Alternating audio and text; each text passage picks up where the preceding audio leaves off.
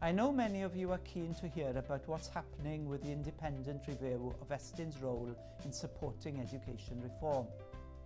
Well, as you know, I welcomed the review when it was published in June. There's a lot to consider, and we are serious about doing this properly. That means taking our time to unpack the complex and wide-ranging recommendations. We recognise that there's a huge change currently underway in education. Getting the pace of change right and making sure changes are the right ones can't be done in isolation of other developments. We're already committed to consulting with our stakeholders, and we're working closely with the Welsh Government.